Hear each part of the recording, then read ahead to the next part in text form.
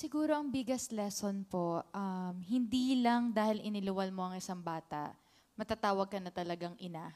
Maraming pagkakataon sa buhay natin. Like ako, I'm blessed to have my own ganun na hindi ko biological mom, pero tumatayong nanay, higit pa sa nanay sa akin, which is si Momski ko. So, napatunayan ko na ang motherly love, hindi lang dahil galing sa'yo, doon mo mapapatunayan na mahal mo ang isang tao. Malaki ang aspect or ang hirap explain into words ang love kasi kapag nagmahal ka motherly, ang lawak-lawak nun, unconditional, ang lalim, parang mas malalim pa sa dagat.